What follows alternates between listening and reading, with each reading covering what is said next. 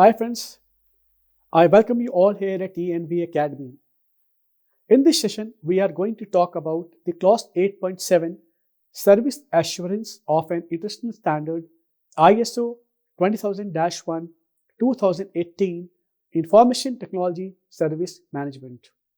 In this session, we shall cover all the requirements of Clause 8.7 Service Assurance in detail. As the requirements of the Clause 8.7 depend upon the requirements of Clause 6, Clause 7, and subclauses 8.1 to 8.6. I would like to recommend you all referring these clauses of ISO 20000-1 2018 for better understanding of Clause 8.7. Let's discuss about the outcome of this session. After completing this session, you will be enabled to understand service assurance requirements necessary to support the operation of the service management system of the standard. You will also have an idea about service availability management and service continuity management after completing this session. Now, let's have an introduction of Clause 8.7 Service Assurance. This Clause 8.7 has three subclauses, which are Subclause 8.7.1 Service Availability Management, Subclause 8.7.2 Service Continuity Management, and Subclause 8.7.3 Information Security Management. In this session, we shall talk about Clause 8.7.1 and Clause 8.7.2 only. We shall discuss Subclause 8.7.3 Information Security Management in a separate session. Let's start with the Subclause 8.7.1 Service Availability Management.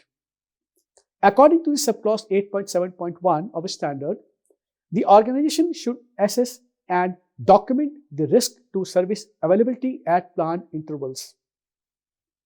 The clause specifies that the organization shall determine the service availability requirements and targets. Relevant business requirements, service level agreements or SLAs, and risk should be taken into consideration by the organization under these agreed requirements. Organizations should document and maintain the service availability requirements and targets. The Clause 8.7.1 says that the organization should monitor the service availability, record the results, and compare them with the targets. For any unplanned non-availability, organization should investigate and take necessary actions. It is important to note here that risk identified in the subclause 6.1 of the standard can provide input to the risk for service availability, service continuity, and information security. So I would recommend you all to refer the subclause 6.1 also for better understanding of subclause 8.7 Service Assurance. Now coming to the subclause 8.7.2 Service Continuity Management.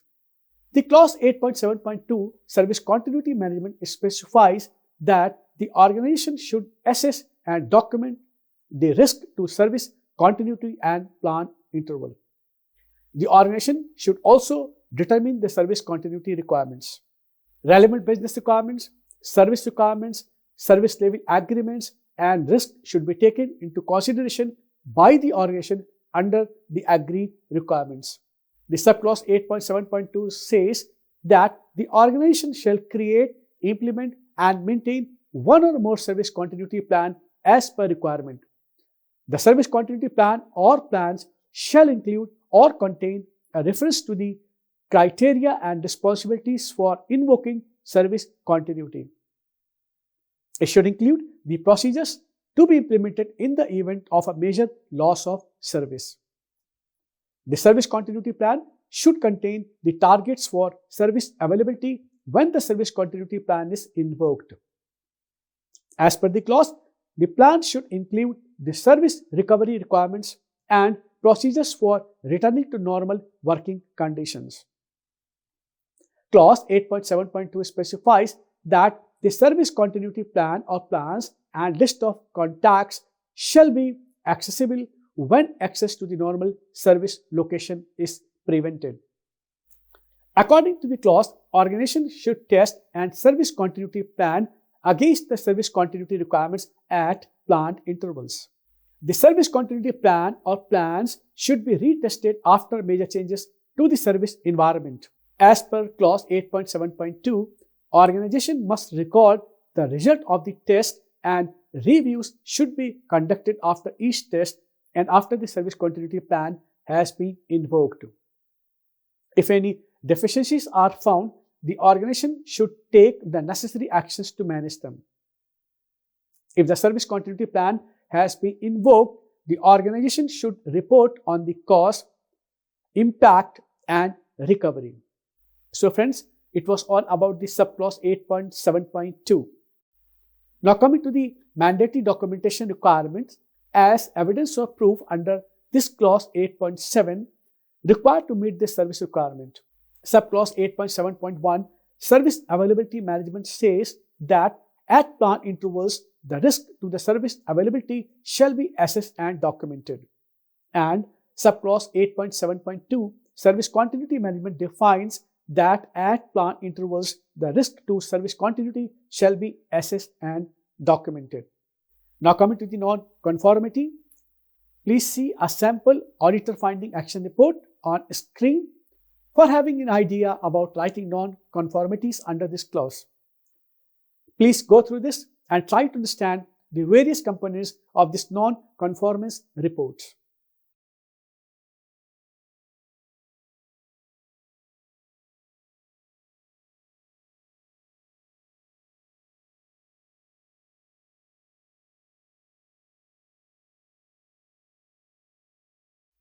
So friends, now we have reached at the end of the session.